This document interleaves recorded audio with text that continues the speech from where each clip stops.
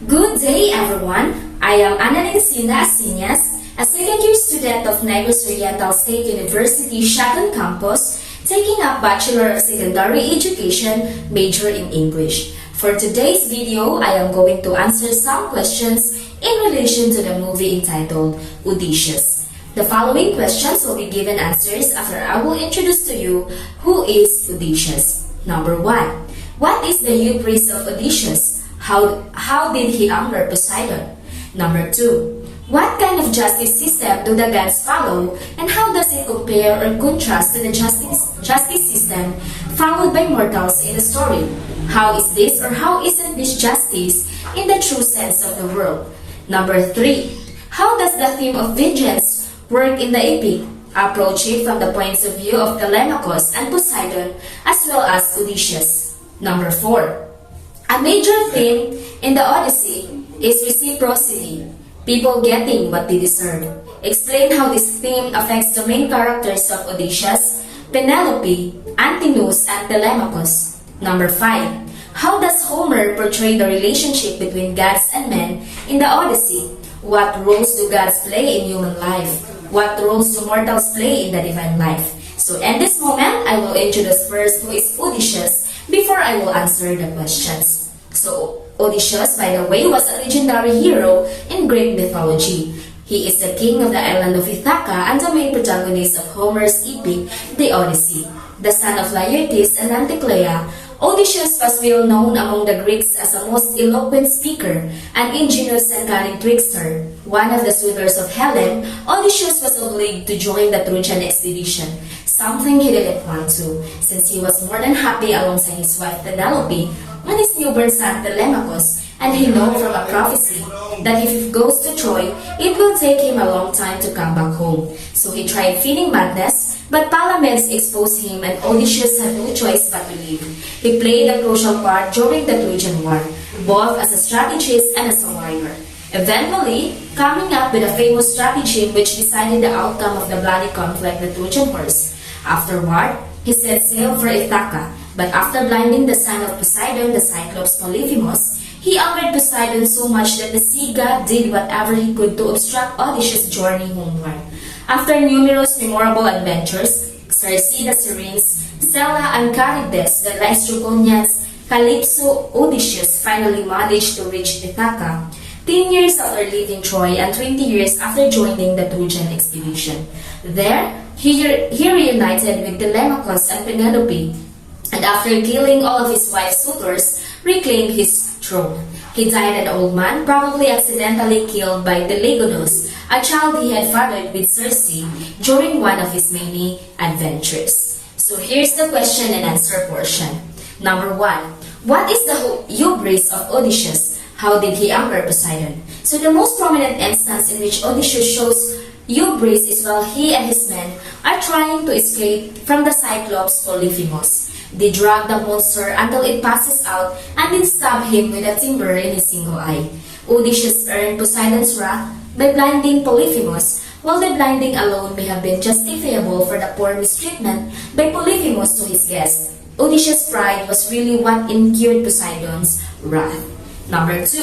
What kind of justice system do the gods follow, and how does it compare or contrast to the justice system followed by mortals in the story? How is this or how isn't this justice in the true sense of the word? There may be a lot of justice in the Odyssey, but there isn't a court of law to be found. Justice seems to be based around some divine sense of cause and effect. There's a certain order and balance in the universe, and bad actions like violating guest host laws needs you a bad return.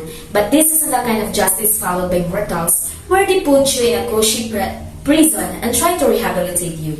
It's the kind where if you throw a footstool at a beggar, you get an arrow in your heart and then your dad gets one in his head.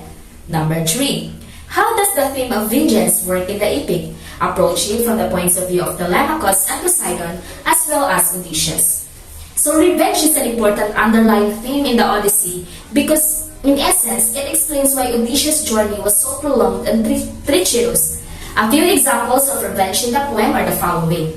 So Homer's epic poem, the Odyssey, a tale of Odysseus' journey home.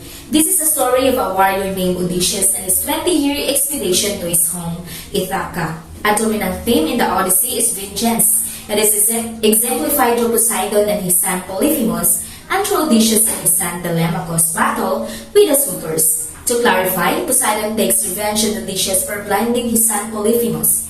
Odysseus gets himself into the mess by not listening to his men when they told him to take some supplies from Polyphemus' cave and to leave, but he wants to stay. Also by telling Polyphemus his true identity while he is running away on their ship.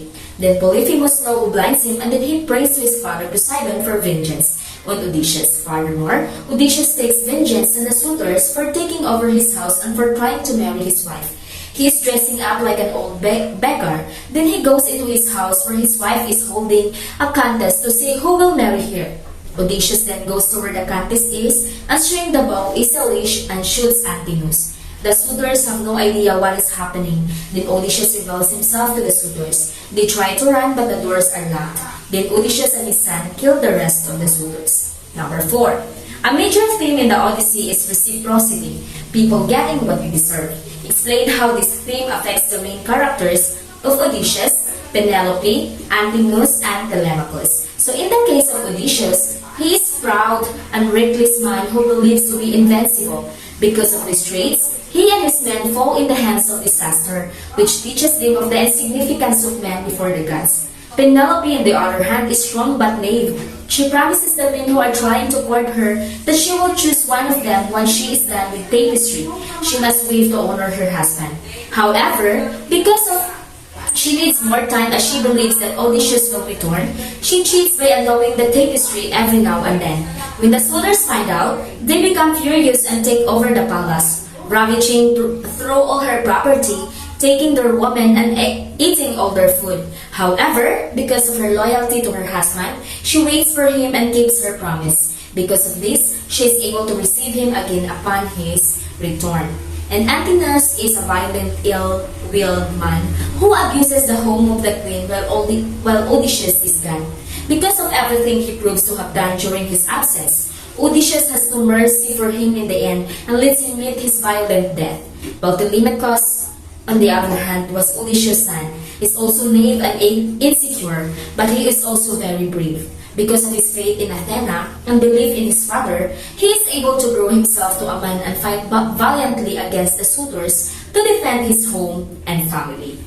Number 5. How does Homer portray the relationship between gods and men in the Odyssey? What roles do gods play in human life? What roles do mortals play in the divine life? In the Odyssey, there is a distinct relationship that is shared between the mortals and the gods. In the link with Christian faith, the gods in the Odyssey are physically present. The gods help lend assistance, support, and mentor the mortals. They can be compared to that of a guardian angel.